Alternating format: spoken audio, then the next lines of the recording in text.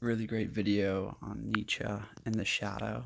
And yeah, I'm just going to be taking little clips from here that are powerful.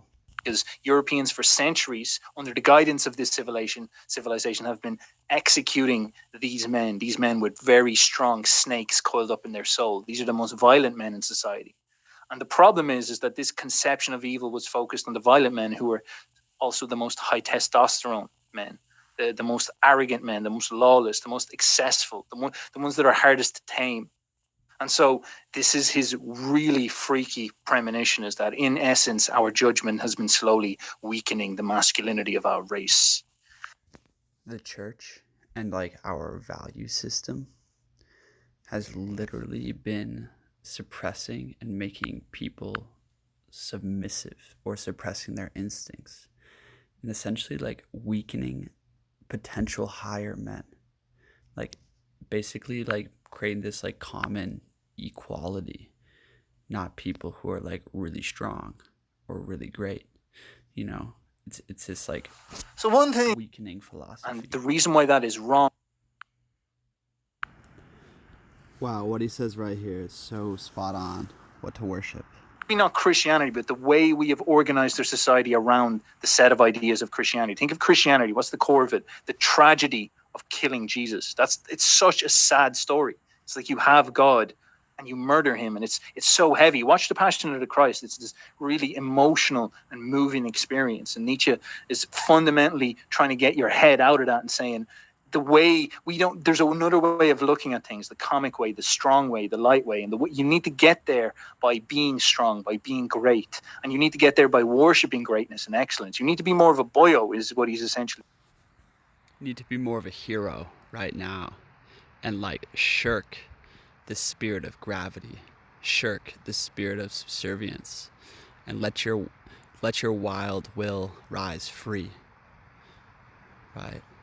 To worship the strength within you, this comic, this lightness. Yeah. Say it. And in order to do that, it's like testosterone is the prerequisite for that. He was a very biological man in that sense. He was saying that you need to, it's a consequence of strength. It's a consequence of dominance, that you can look over the world and laugh at it and say, I am better, I am stronger, I am capable. I don't even feel sadness or tragedy that often. So it's not the cornerstone of my reality. That's why the body is so important. Use your body strong, use your mind strong, and lightness is yours, comic is yours. And so it's this is a huge part of his thing. He's trying to create a sort of vibe for people like this, where it's funny, where it's ridiculous, where it's profound, it's bouncy, it's all those type of things. And Christianity, but the way we have organized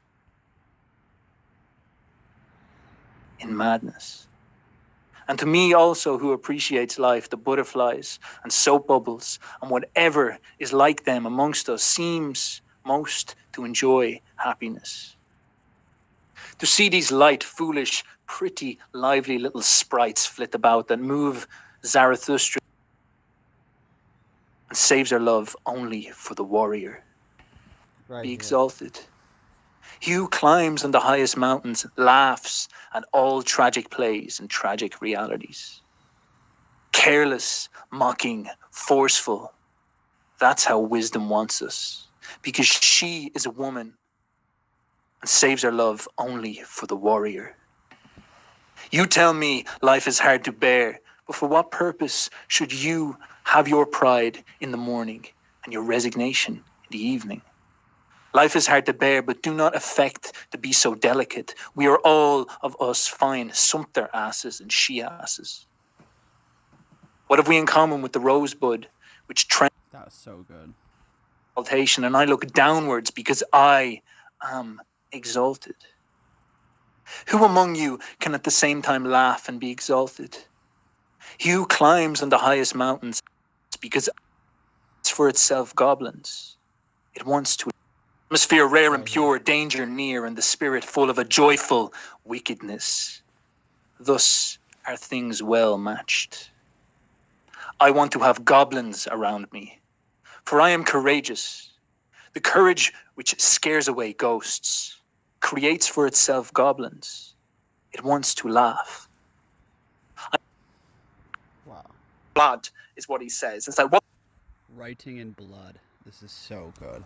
the hell does that mean? Write in blood? And it's like, the person who's writing it spills out their life force onto the page.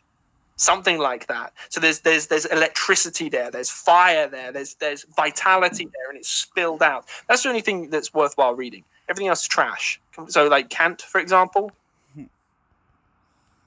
I think it was Ecce Homo was if you wake up in the morning and the first thing that you do is read, you're a joke. Because when you first wake up in the morning, your energy is so high, your vitality is huge. You get up before sunrise, you get filled with that energy. Very pagan in a way, I guess. If you spend your time reading, it's a passive thing. What the hell are you doing?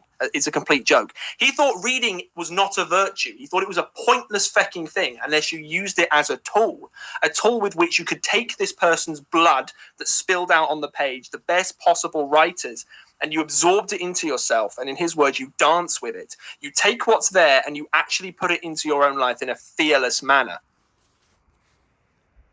The only reading worthwhile doing is reading those things that bring your soul to lofty heights, that inspire you to remember your own supremacy, right? That inspire you to into your Superman, to take life on, to rise to this moment. Lofty things like Proverbs, or high texts, or Thus Spoke Zarathustra. Things that are written with life force, with vigor, that inspire you to your heights. That's the only worthwhile way of doing it. And it actually, it makes so much sense, because why would you read something for the sake of reading it? Why would you write something for the sake of writing it? It's got to have passion there. And that's Nietzsche's whole thing. It's about excellence. Unless you hit that top tier of excellence, there's no point.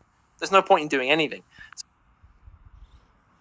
Whatever you're creating, spill your lifeblood into it.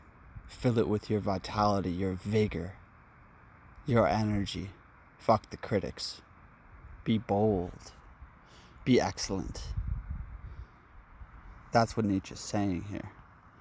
And that's what's so powerful, and what's so lost is we're so subdued right now.